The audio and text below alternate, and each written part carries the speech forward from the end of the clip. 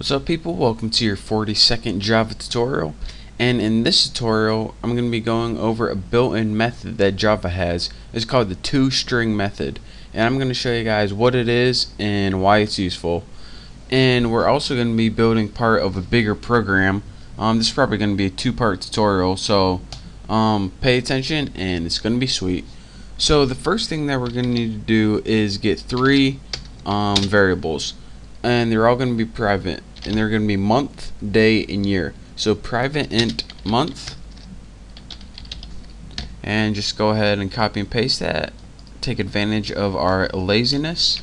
Control V, int day, and private int year. So now we have three variables right there. So let's go ahead and do something with them. The first thing that we're going to want to do is build this PopPy. Again, you can see in my PopPy class. So I'm going to build the PopPy constructor. So go ahead, public, and just go PopPy. And it's going to take three arguments. It's going to take int m for month, int d for day, and int y for year. Again, you can name these anything you want, not important. But remember to set your variables, which were your private variables, like month, equal to whatever you corresponding letter. I just put M, D, and Y for obvious reasons.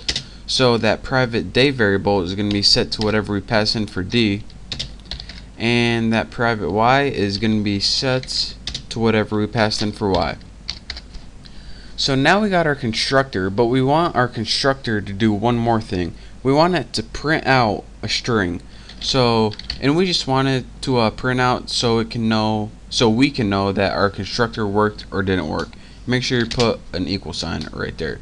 So let's go ahead and system out printf. We can just print format, and I already started filling them in for us. So let's go ahead and print out a string. So let's put come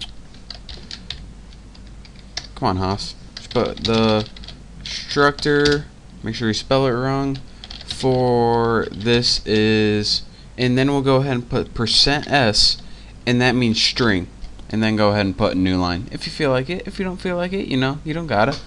And now, as you can see right here, our C style format, it takes one string argument. So in our second argument, just go ahead and write this, and when we write this, what it means is this, the keyword this, what's highlighted right now, this is just a reference to whatever object we just built whenever we call this class. So it's going to say, alright, then what the heck do you want me to put for a string? Well, that's what we're going to be going over in this tutorial right now. Anytime that you need a string representation of an object, Java built this thing called a toString method. So let's go ahead and write public, and we're going to be building that right now. Public string toString. And I know most of the time you can call your methods anything you want, but you can't. You have to say toString in this case. And go ahead, and it takes empty parameters, and in your body of your method, go ahead and return whatever format you want. So return string format, and then go ahead and percent. WTF does that mean? Go ahead and put this. I mean, you can write it in whatever format you want, but just follow along. %d, %d, %d. That's the common date format, and that has the month, day, and year. So the month / day / year /. So this is what this is going to do. Well, let's go ahead and finish our tutorial, and then you can probably see what it's going to do. Then I'll talk you through it one more time. What we need to do is go ahead and create an object now, and I'll call it PopPy, and I'll just call it like something like pot object. That pot object is not important. You can name it whatever. New PopPy. And I know I should have like proper months and days and years, but I should have 4, 5, 6. 6 seems like a good year, a long time ago.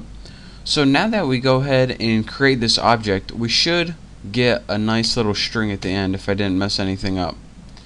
and it says the constructor for this is 456. So now let me take you guys through exactly what I did. What I did is create an object using the parameters 4, 5, 6. So let's go ahead and look what happened when I created that object. It said, alright, since the first thing I'm going to do is this constructor, I'm going to pass the parameters 4, 5, and 6. And for month was equal to 4, day was equal to 5, and year was equal to 6. What the constructor also did is say, alright, every time I create an object, I want you to print out this string. But we had in the string variable, instead of an actual string, we had a reference to an object. And anytime you reference an object and it needs something in the string format, it looks to this method right here.